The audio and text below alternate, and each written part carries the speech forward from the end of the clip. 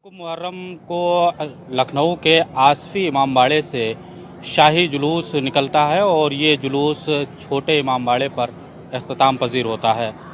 ये शाही जुलूस तकरीबन 200 बरस कदीम है और उसी रवायत के साथ आज भी ये निकलता है और इसकी क्या अहमियत है और किस तरीके से लोगों की अकीदतें हैं।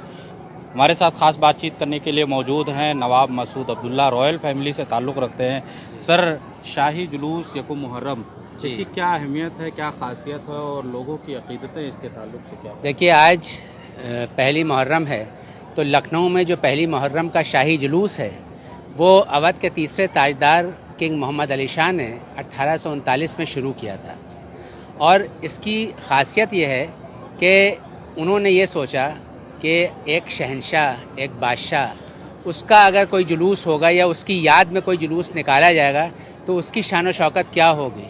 तो उसी शान व शौकत को ध्यान में रखते हुए उन्होंने ये जुलूस का आगाज़ किया, जो कि बड़े इमामबाड़े से नमूदार होता है और छोटे इमामबाड़े पर जाके उसका वो ख़त्म होता है। इसमें आप देखेंगे एक बहुत ही अलग तरह की ज़री है जो कि जिसे हम लोग मोम की ज़री कहते हैं। इसमें बहराइच के पास जरवल से लोग आते हैं और ईद के बाद से ये बनाना शुरू कर देते हैं। तो करीब 2.5-3 महीने जो है ये ज़री बनती है।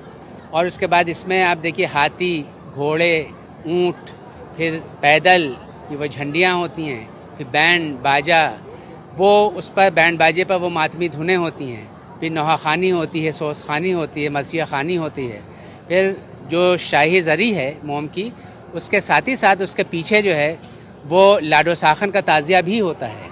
लाडो साखन का ताज़िया जो है, जिस वक्त नवाब आसिफउद्दौला अपने बड़े इमामबाड़े की तामीर करवा रहे थे तो एक साखन थी जो पानी पिलाते हैं, तो वो उनका नाम था लाडो।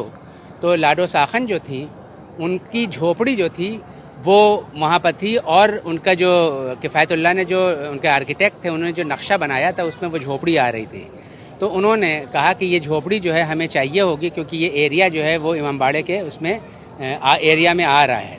तो उन्होंने अपने लोगों को भेजा नवाब साहब ने और कहा कि ये जगह हमें दी, उसके मुआवजे में जो आप चाहें वो ले लें। तो उन्होंने कहा कि भाई मैं अपने मौला का ताज़िया यहाँ पर रखती हूँ, इसलिए मैं ये जगह नहीं दूँगी। फिर पर नफ्स नफीस नवाब आसिफउद्दौला ख़ुद लाडो साखन के पास गए। उन्होंने कहा कि भाई मैं यहाँ के ऊपर इमामबाड़े की तामीर करवाना चाहता हूँ। तो उन्होंने कहा कि भाई मैं जो हूँ यहाँ पर अपने मौला का ताज़िया रखती हूँ। तो उन्होंने कहा जिन मौला का ताज़िया आप रखती हैं उन्हीं के लिए हम जो इमामबाड़ा बनवा रहे हैं।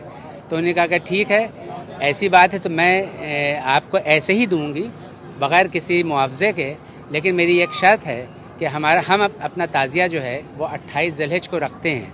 तो 28 ज़िलहिज को वो ताज़िया रखा जाएगा और जिस मकाम के ऊपर ताज़िया रखा जाता था वो उसी मकाम पर रखा जाए। तो उन्होंने अपना वादा पूरा किया और 28 ज़िलहिज को वो ताज़िया रखा जाता था।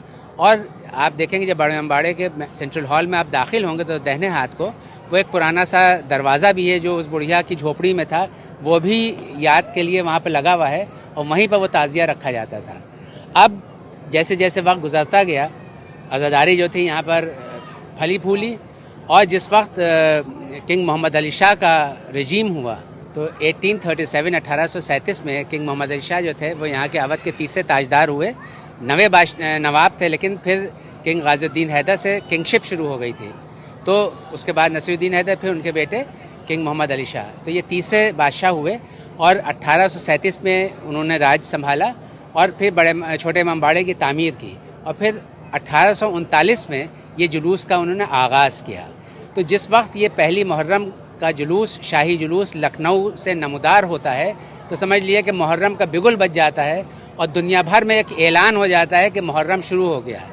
इमाम हुसैन अलैहिस्सलाम की जो कुर्बानियाँ हैं, जो उनकी शहादत है, उसकी याद में हम लोग मुहर्रम मनाते हैं। और उसी शान व शौकत से, जिस शान व शौकत से नवाब साहब ने जुलूस का आगाज़ किया था, आज भी हुसैनाबाद मुबारक या हुसैनाबाद एंड अलाइड ट्रस्ट जो है उसकी ज़ेर निगरानी ये जुलूस जो है वो कायम है और उसी शान व शौकत से निकलता है। और यही लखनऊ के गंगा जमनी तहज़ीब है कि सिर्फ शिया हज़रात नहीं बल्कि अक़ीदतन शिया हज़रात के अलावा जो सुन्नी हज़रात हैं और जो हिंदू हज़रात हैं वो भी अक़ीदतन इसमें शामिल होते हैं और मजलिस व मातम करते हैं और ताज़िए रखते हैं।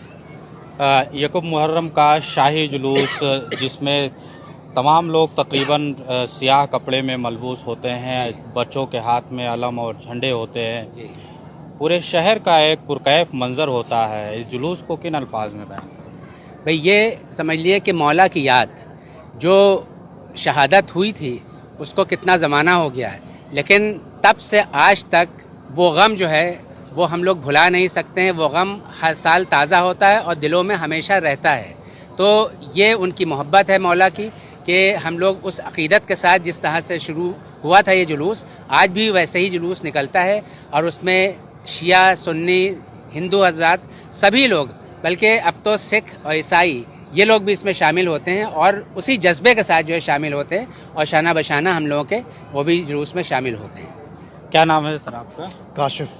काशिफ साहब कहाँ से आए हुए? हम बॉम्बे से हैं। तो लखनऊ के ख़ास जुलूस में शिरकत के लिए मुंबई से सफ़र किया आपने? जी जी, कैसा लगा जुलूस यहाँ का? बहुत अच्छा लगा। बहुत ही अच्छा जुलूस था, बहुत अच्छा इंतज़ाम था और ये शाही जुलूस में पार्टिसिपेट करना एक अलग ही एक्सपीरियंस था और इसके लिए मुबारकबाद हुसैनाबाद ट्रस्ट को कि वो बरकरार रखी उन्होंने ये जो आज़ादारी का उनका तरीका था, तो बहुत अच्छा लगा हमें। बहुत शुक्रिया। लखनऊ शहर अज़ा के तौर पे भी जाना जाता है और यकुम मुहर्रम का जो ये जुलूस है और इसी जुलूस से आज़ादारी का ऐलान होता है और हज़रत इमाम हुसैन और उनके 72 साथियों ने करबला के मैदान में जो शहादत दी थी, उनकी शहादत को, उनके पैगामात को, उनके दिए हुए दर्स को लोग याद करते हैं और उस पर चलने की भी अज़्म करते हैं। ईटीवी भारत के लिए लखनऊ से खुर्शीद अहमद।